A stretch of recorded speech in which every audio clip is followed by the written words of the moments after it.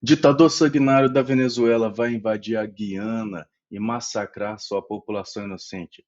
Será que é isso mesmo que está acontecendo? Você conhece a história dessa região? Você já ouviu falar sobre esse conflito?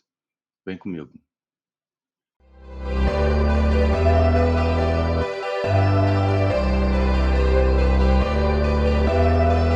Boa noite para quem é de boa noite, bom dia para quem é de bom dia, seja bem-vindo ao Geomante. E hoje vamos ter uma discussão geopolítica sobre um assunto quente do momento.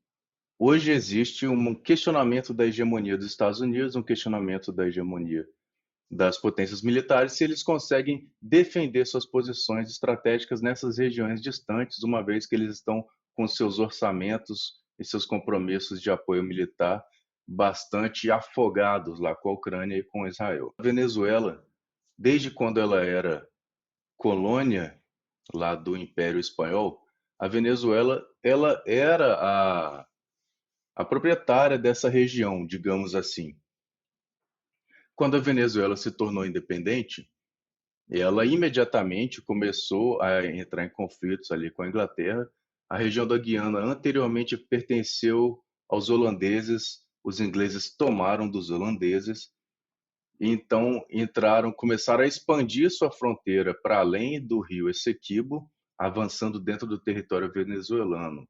Foram descobrindo ali aquela rica região e foram avançando e desenhando mapas, fazendo a cartografia e tentando anexar a região. Os venezuelanos nunca aceitaram isso e desde então eles têm um conflito ali com os ingleses.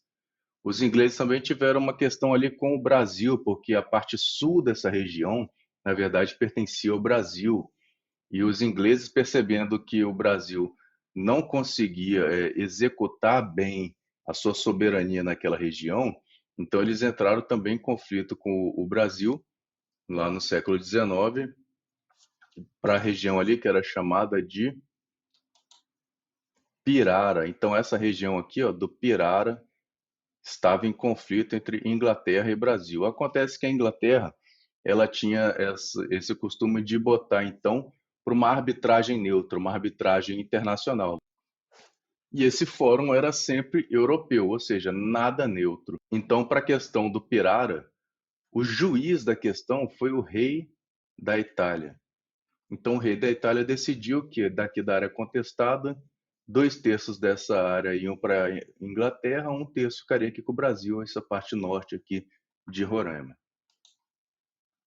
A Venezuela também passou por uma questão similar, então os júris europeus deram ganho para a Inglaterra. Os Estados Unidos intervieram junto ali da Venezuela, né? Então os Estados Unidos fecharam um acordo com os europeus definindo ali as fronteiras que seriam da Inglaterra e da Venezuela. A Venezuela jamais aceitou essa questão. No século XX, antes da Guiana ter a sua independência da Inglaterra, a Inglaterra assinou um tratado com a Venezuela lá na ONU, um tratado em tribunais internacionais, reconhecendo que a fronteira da Guiana com a Venezuela ainda era uma questão indefinida e que esses países se comprometiam a resolver de forma pacífica, sem entrar em guerra, essa questão. A Inglaterra saiu da Guiana, a Guiana se tornou um país independente e a Inglaterra lavou as mãos e não quis saber mais, disse que não era problema dela.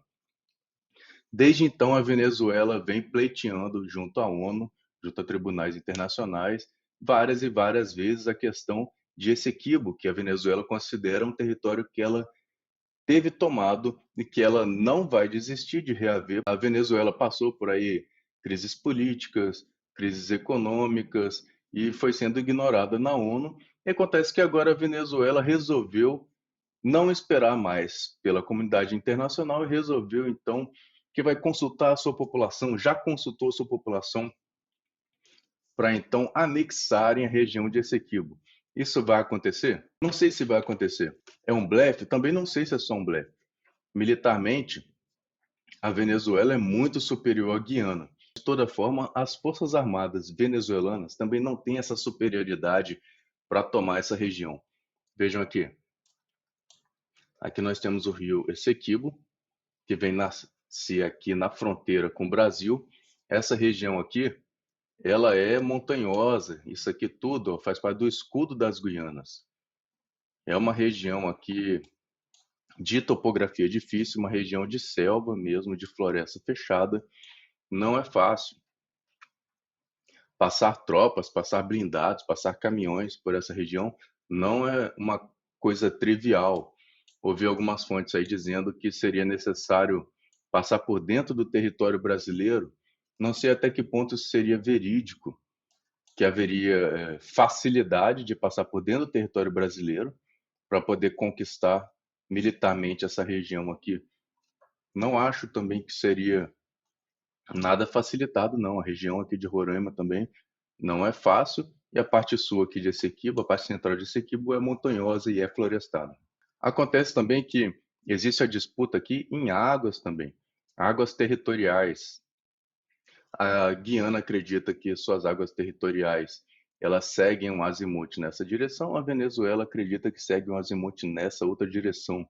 Então, essa região aqui do meio é uma região também em disputa. E acontece que a Guiana andou botando na rua concessões de bloco de exploração de petróleo nessa região. Veja aqui que esse mapa ele mostra o limite das águas jurisdicionais aqui, segundo a Guiana.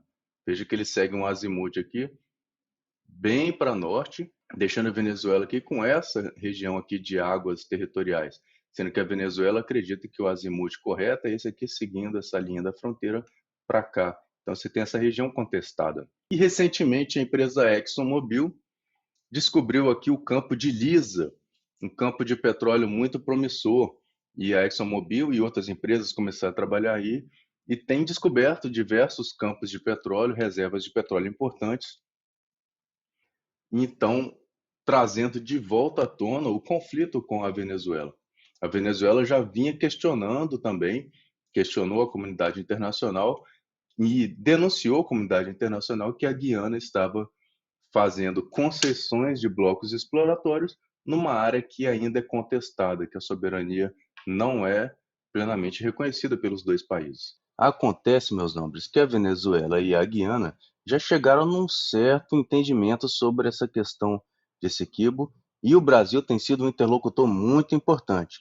Então, eles foram lá em São Vicente de Granadina e os presidentes dos dois países chegaram no acordo de que eles não vão envolver conflitos de uso de força. Então, eles vão fazer uma negociação segundo leis internacionais. Os dois líderes se comprometem a dialogar para resolver os assuntos pendentes relacionados a essa disputa. Emitiram uma declaração dizendo: não fazer ameaças de uso de força. Controvérsia entre os dois países vão ser resolvidas de acordo com o direito internacional. Os dois se comprometem em buscar coexistência pacífica na América Latina e Caribe. Ambos estão cientes sobre a controvérsia envolvendo a fronteira dos dois países. Ninguém pode dizer que não sabia de nada, que não estava ligado, que não estava entendendo. Concordam em continuar diálogo sobre questões pendentes e acordar em se abster de palavras e ações que resultem na escalada do conflito. Em caso de qualquer incidente envolvendo o conflito, Guiana e Venezuela terão que se comunicar entre si. Além disso, a comunidade do Caribe, a comunidade da América Latina e do Caribe e o presidente do Brasil serão acionados para reverter e prevenir incidentes. Estabelecer uma comissão conjunta com ministros de Relações Exteriores para tratar questões mutuamente acordadas, definiram como interlocutores Ralph Gonçalves, primeiro-ministro de São Vicente e Granadinas, Roosevelt Skerrit, primeiro-ministro de Dominica, e, claro, o presidente Lula. Antônio Guterres, secretário-geral da ONU, foi nomeado observador. Guiana e Venezuela se reunirão novamente no Brasil nos próximos 3 meses ou em outra data acordada para discutir novamente o assunto.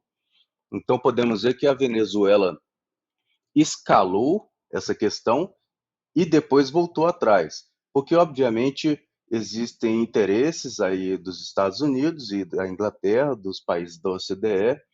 A Venezuela ela está tateando para ver aonde ela pode ir com isso, Esse é e sempre foi um objetivo da Venezuela de reaver esse território, mas eles sempre tiveram que se preocupar também com os interesses internacionais na área.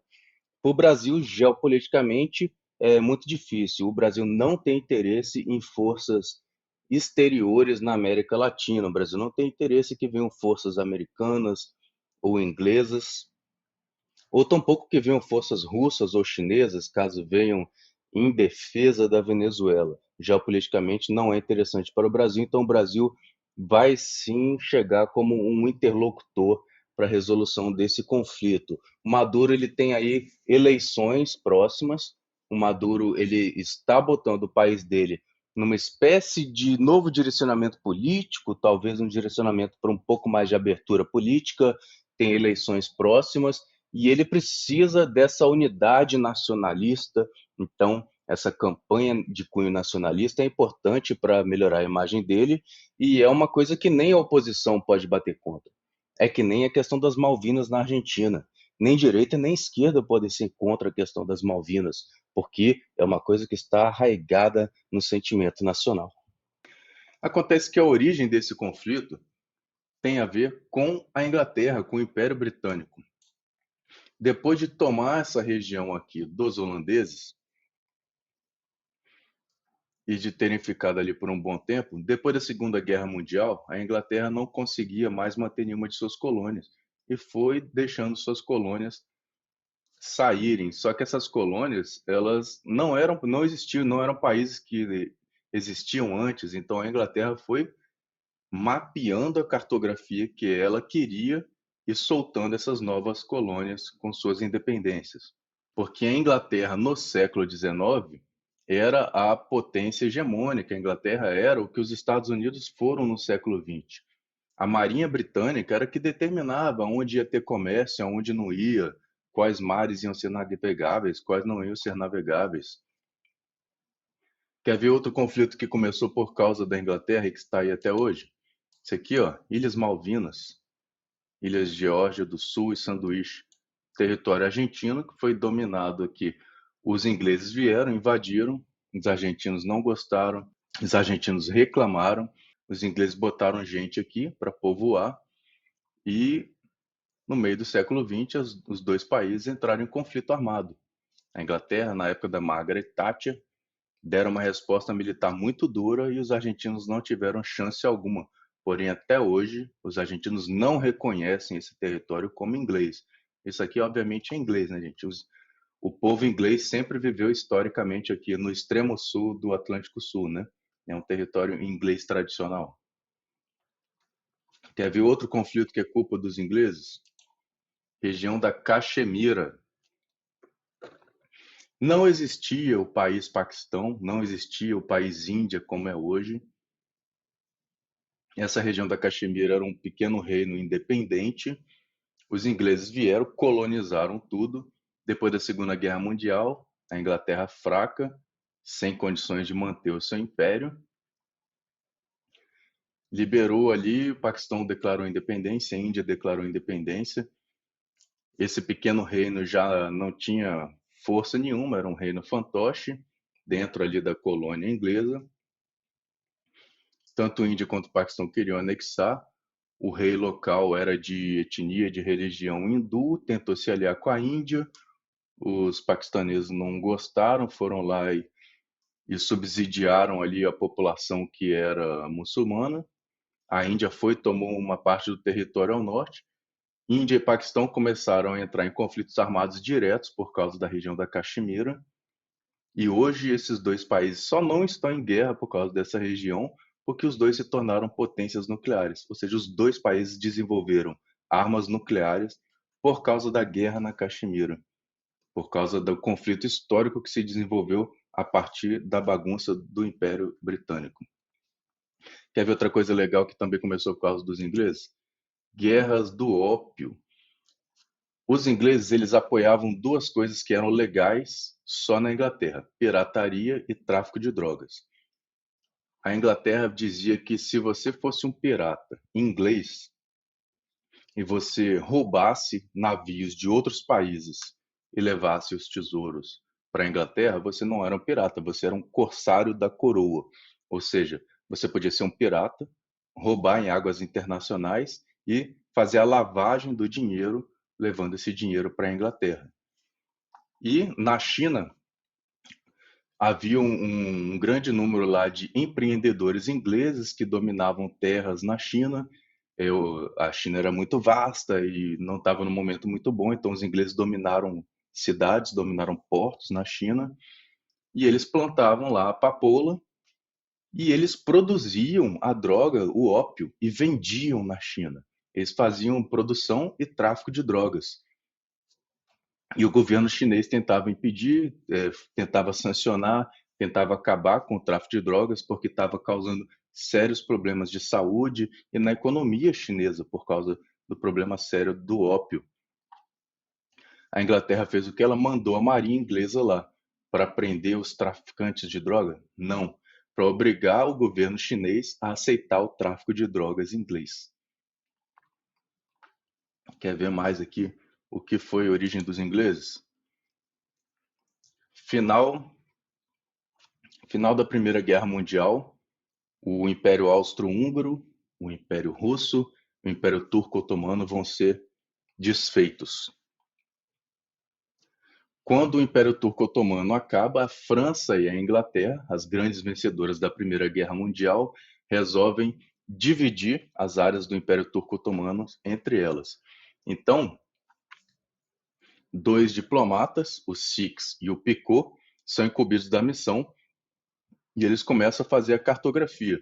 Mas eles ignoram completamente quais etnias viviam ali, quais regiões, quais cidades existiam ali, quais religiões existiam ali.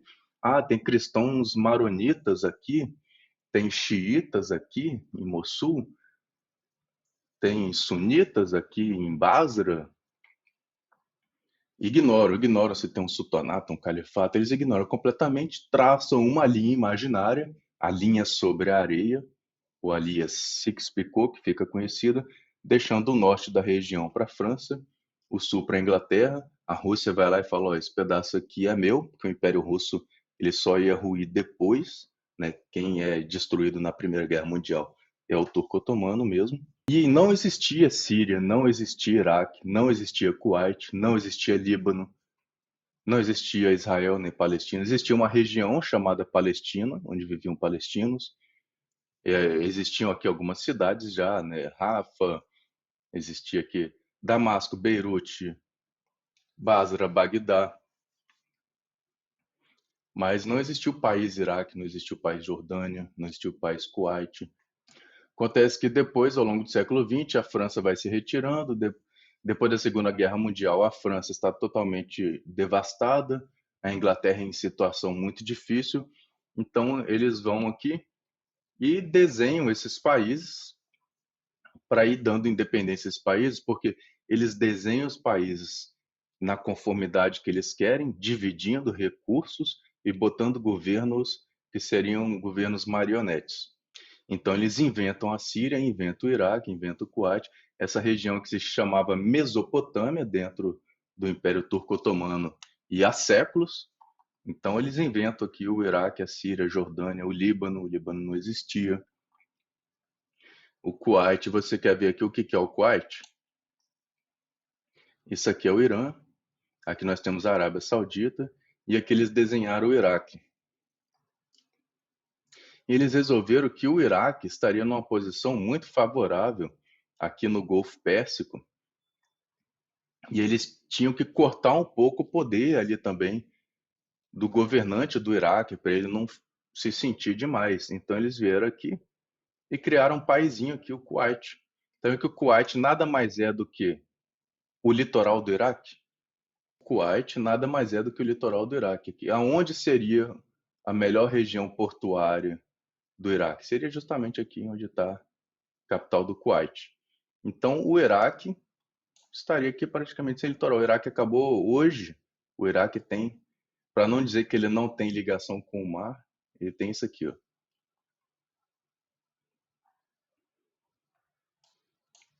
Então isso aqui foi a cartografia desenhada pelo inglês para poder manter o controle na região depois que ele saísse depois que ele não tivesse o controle direto, o governo direto da região, mas para poder manipular essa região, porque eles desenharam essas fronteiras. E é dessa forma que o conflito da Venezuela hoje, se esse conflito se desenvolver de verdade, que nós não sabemos, pode ser uma coisa muito ruim aqui para a América do Sul, ter um conflito armado direto aqui na fronteira com o Brasil. E conflito armado gera problema com imigração, uma série de problemas. E se esse conflito viesse a desenvolver é justamente porque a Venezuela não acredita mais que os Estados Unidos têm capacidade de vir aqui bancar de polícia, de vir aqui bancar os seus interesses ultramarinos dentro do território alheio. Então a Venezuela pode querer fazer valer o seu direito que ela acha que vem sendo ignorado há décadas? Pode. Pode ser um blefe só para insuflar um nacionalismo porque o Maduro está colocando a Venezuela numa transição política, parece que ele quer abrir um pouco politicamente o país para aliviar as pressões políticas internacionais, para aliviar as sanções financeiras.